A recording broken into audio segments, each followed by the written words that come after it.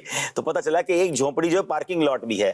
تو اچھا یہ ایک ہوتا واقعہ تو ہم چلے اس نے زن کر لیتے کہ کرولا جو ہے وہ, ہم نے خیر نمبر بھی نہیں دکھایا کرولا کا یا بتایا نہیں ہے, ہو سکتا ہے, لیکن چونکہ کرائن ایسے ملتے ہیں. اب یہ دیکھیں نا, یہ ایک بھکاری کی ویڈیو اس نے خود سوشل میڈیا پہ ڈالی, انگریزی بھی بول رہا ہے کہ میرے اکاؤنٹ میں 1 ملین سے زیادہ پیسے موجود ہیں اور 30,000 روپے ماہانہ میں کماتا ہوں. ظاہر کھانے پینے کا خرچہ تو پھر نہیں ہوتا ان کو, خبر نہیں ہے. ہاں یہ 2-3 سال پرانی کہانی ہے. اچھا اب پتہ نہیں کیا ہوگا. اچھا پتہ نہیں کتنے ملین ہو گئے ہوں گے. اچھا اسی طرح ایک اور عجیب واقعہ جس نے سوشل میڈیا پہ بڑی شہرت حاصل کی, جو پچھلے دنوں ایک اخباری خبر بھی تھی اور اس کی ویڈیوز بھی چلی, کہ ایک لڑکی کی کہیں شادی ہوئی اور اس لڑکی نے کچھ دنوں بعد طلاق کا مطالبہ کیا, اور پھر میڈیا میں بھی اس لڑکی نے اور اخبارات کو بھی بیان دیا کہ میں جس گھر میں بیاہی گئی تو مجھے بتایا گیا کہ بڑے اچھے لوگ ہیں اور ان کا باقاعدہ بنگلہ ہے. تو میں بنگلے میں گئی اور میرے خاندان والے بھی خوش, اور مجھے کچھ دن تو بڑا کھلایا پلایا بھی گیا, سب تھا. لیکن میں دیکھتی تھی کہ صبح صبح میری ساس, میرے سسر, میرے شوہر, میرے دیور سب چلے جاتے ہیں کہیں کام پہ. تو میں حیران کہ سب مجھے چھوڑ کے کہاں چلے جاتے. ساس تو نارملی کام نہیں کرتی ہے, لیکن شام ہوتی تو یہ پھر آ جاتے تھے, لیکن مجھے پتہ نہیں چلتا تھا یہ کام کیا کرتے ہیں. تو ایک دن میں گھر کے بیسمنٹ میں گئی تو میں بیسمنٹ میں دیکھ کے حیران رہ گئی کہ وہاں تو پرانے پھٹے کپڑے, جو بھکاریوں کے کپڑے ہوتے ہیں, جو لوگ مانگنے والے, تو اس طرح کے کپڑے پڑے ہیں. پھر میں اس کی ٹو میں پڑی تو پتہ چلا سارے گھر والے صبح بھیک مانگنے جاتے ہیں. پورا میں تو بھکاریوں کے گھر میں بیاہی گئی ہوں. اچھا بنگلہ ہے ان کا, گاڑی ہے لینڈ کروزر, یہ پتہ نہیں کون سی گاڑی میں صبح جاتے ہیں اور پھر اپنے اسپاٹ پہ ان کو ڈرائیور چھوڑتا ہے اور شام کو اس اسپاٹ سے ڈرائیور پک کرتا ہے. تو اب یہ کوئی افسانہ ہوتا, کوئی ہم کہانی کی بات نہیں کر رہے, وہ لڑکی خود بیان دے رہی ہے اور اس کی اخبار میں باقاعدہ بیانات موجود, اور اس نے میڈیا پر آ کر بتایا, اور بعد میں جب اس گھر پر جا کر چھاپا وغیرہ پڑا تو واقعی وہ نکلا جو وہ کہتی ہے. تو دیکھیں یہاں اب اس کی بھی 2 پہلو ہیں, اس پر بات ہونی چاہیے کہ یقیناً پیشہ ور بھکاریوں نے کروڑوں روپے, اربوں روپے یوں روزانہ کی بنیاد پہ بھیک جا رہی ہے اور ان کے گھر بھر رہے ہیں, اور اس بنیاد پر بدقسمتی سے جو مستحق لوگ ہیں, جو ضرورت مند لوگ ہیں, ان کو نہیں مل رہا. ضرورت مند آدمی کیسے, آج کے سفید پوش یا عزت والا آدمی کیسے چوراہے پہ کھڑے ہو کے مانگے گا؟ تو یہ تو ہمیں اس کو کنڈیم بھی کرنا چاہیے, اس کی حوصلہ شکنی بھی کرنی چاہیے, اور اس میں ہمیں سفید پوش لوگوں کو ڈھونڈ کر ہمیں ان کی مدد کرنی چاہیے. پچھلے دنوں ایک مہم چلی تھی کراچی میں, بھیک بند مہم. میں ان لوگوں کو جانتا بھی ہوں, ان میں سے ایک ہمارے جاننے والے بھی ہیں. چلے میں آج ان کو آن ایئر ایک مشورہ بھی دے دیتا ہوں, ویسے بھی میں نے مشورہ بھجوایا تھا ان کو. دیکھیں یہ بات تو ٹھیک ہے کہ یہ جو کمرشل لوگ ہیں, جو مانگنے والے ہیں, ان کو نہیں دینا چاہیے, شرم بھی منع ہے. ہاں شرم بھی منع ہے, لیکن میرا ماننا یہ ہے کہ اگر آپ یہ لوگوں کو ذہن دیں گے نا کہ یار کسی کو بھیک ہی نہیں دینی ہے کسی کو, تو پھر اس سے کیا ہوگا کہ سخاوت ختم ہو جائے گی. اس کا 2 پہلو ہیں. دیکھیں ہمارے ماں باپ نے, ہمارے ماں باپ نے بچپن سے ہمارے ہاتھ میں کچھ پیسے دیے, بیٹا کسی غریب کو دے دو, مسجد کے چندے میں ڈال دو. سخاوت کیسے سکھائی ہمارے ماں باپ نے؟ ہمیں مدد کرنا سکھایا. ہم پیشہ ور کو نہ دے, بھائی بھیک بند کریں لیکن سخاوت تو شروع کریں نا.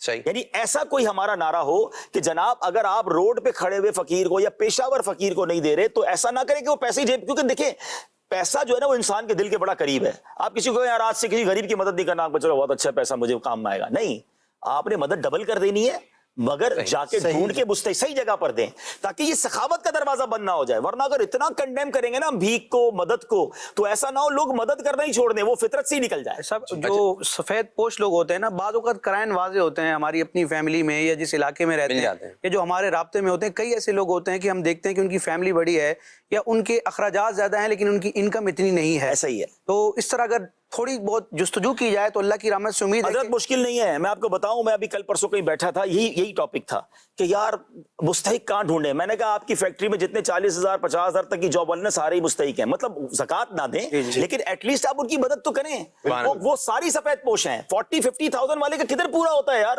ہم کہہ رہے ہیں میں باہر جا کے فقیر ڈھونڈوں, جتنے 50,000 یا اس کے کم کی سیلری والے آپ سب کو تحفے دیں, سب کو قربانی کا گوشت دیں, سب کو عیدی دیں. بھائی آپ باہر جا کے بانٹ رہے ہیں اور اپنے پریشان ہیں, کیونکہ باہر ذرا نام ہوتا ہے, واہ واہ ہوتی ہے, فلاں صاحب نے فلاں ایسوسیشن کو دیا, اپنے لوگوں کو بھولے ہوئے ہیں. یہ ساری سفید پوش ہیں. اچھا ہم لوگ ایک پتہ کیا غلطی کرتے ہیں, یہ بھی آج سن لیں ناظرین, بھائی ضرورت ہو نا تو مجھے کہہ دینا, اپنے ملازمین کو اپنے رشتہ داروں کو پتہ کیا کہا ہوا ہے کہ یار آپ کو جب بھی پرابلم ہو نا مجھے کہہ دینا. وہ کیوں کہے گا یار؟ اس نے آج تک کبھی کسی کو نہیں کہا. وہ مر جائے گا نہیں کہے گا. آپ بغیر بتائے دے دیں, بغیر پوچھے دے دیں, ضرورت ہے. اور پھر وہ یہ بولتا ہے آپ یقین کریں کچھ سمجھ میں نہیں آ رہا تھا, آپ نے جو پیسے بھجوائے نا اس کا جو شکریہ کا انداز ہوگا وہ بڑا عجیب. مجھے ابھی ایک بہت بڑی شخصیت کراچی کی ملی, وہ مجھے کہتی ہے کہ وہ راشن بانٹتے ہیں. سنیے گا, یہ 4 دن پرانی بات ہے. کہتے ہیں ابھی بھائی ایک بندہ آیا, بہت سارے آئے ہوئے تھے مجھ سے ملنے, مجھ سے جو رات کو ملنے آتے ہیں میں سب کو, غریب لوگ آتے ہیں میں راشن بھی بانٹتا ہوں. تو ایک الٹو میں آئے تھے, تو میں نے کہا بھائی سارے لوگ بھائی ذرا جاتے آتے راشن بھی لے جائیے گا. تو وہ کہتا ہے بھائی ہم راشن واشن نہیں لیتے. مجھے اس نے تھوڑا سا جھٹک دیا, انہوں نے مجھے بڑا عجیب لگا, یار نہیں لینا تو نہ لے, سب کے سامنے تو نہ بولتا.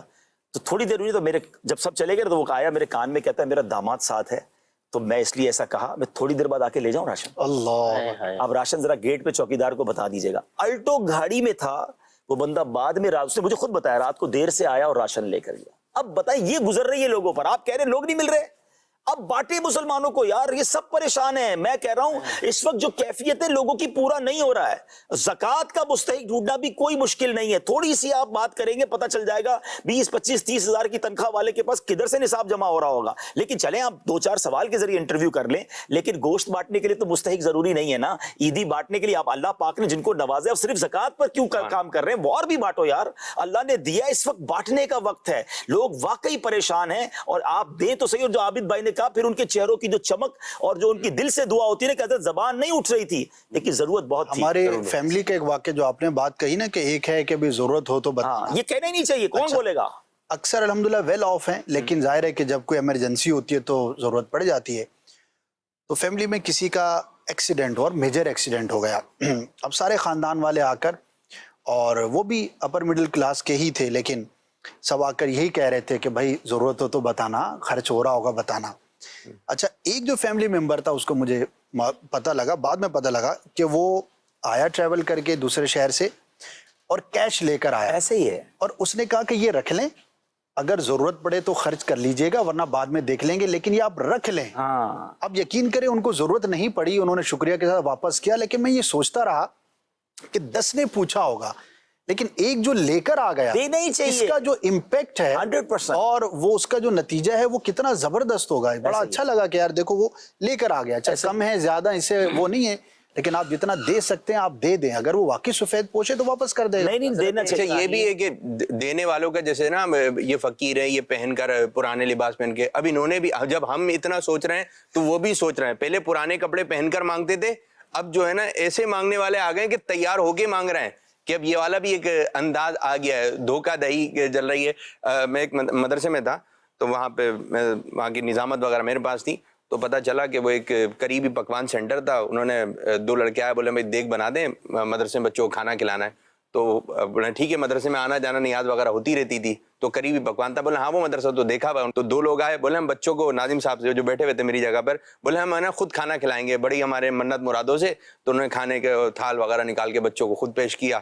اب کھا کے بولے جب کھانا کھلا دیا, بولے دیگے بھی لے کے جائیں گے. تو اتنی کسی کی توجہ نہیں گئی, بولے یہی لے کر آئیں, یہی لے کے چلے گئے. اب اگلے دن جو ہے وہ پکوان والے آ گئے اصل, بولے وہ دیگے تو دے دیں وہ جو تھیں. تو بولے وہ کون سی دیگے, وہ تو آلو کے چاول پکوائے تھے, چاول سستے تھے, دیگے مہنگی تھی, وہ اس طرح لے گئے. تو بعض دفعہ جو ہے اس انداز سے جو ہے وہ باپو نے شروع میں کہا ہم اتنا سوچ رہے ہیں, تو یہ لوگ بھی سوچ رہے ہیں نا کہ آپ جب اس طرح تیاری کریں, اس کو نہیں دیں, اس کو دیں, تو بولے آپ کس طرح دینا. یہ لوگ جو سوچ رہے ہیں اس طرح. اس طرح محلے میں چندہ ہوا. میں بھی ایسا واقعہ جانتا ہوں کہ محلے میں بچے محرم میں نہیں وہ چندہ کرتے, تیاری کرتے. ایک بندہ آیا, آ کے کہتا ہے ہاں بھائی کیا کر رہے ہو؟ بولا محرم کے لیے آپ بھی چندہ دے. بولا اچھا ایک کام کرو, کتنے جمع ہوئے ہیں؟ ٹھیک ہے نا, تو میں تم کو بنوا دیتا ہوں. انہوں نے کہا یہ تو اچھا آدمی مل گیا. بولا کتنی دے گے؟ بنا اتنی دے گی. پیسے کتنے؟ آدھے ہوئے, چلو آدھے دے دو. وہ آدھے لیے, اس نے کچن والے کو فون کیا, بولا بھائی ادھر پہنچا دو کھانا, اور یہ اتنی دے گے پہنچا دو. بولے یار واقعی دے گے بھی پہنچ گئی. اب وہ کچن والا ڈھونڈ رہا ہے, وہ پیسے اس کے پاس ہے, اور وہ کچن والا ان بچوں سے لڑ رہا ہے. بچے کہہ رہے ہیں ہم نے پیسے اس کو دے دیے. تو ایک سے ایک چیٹر ہے جناب.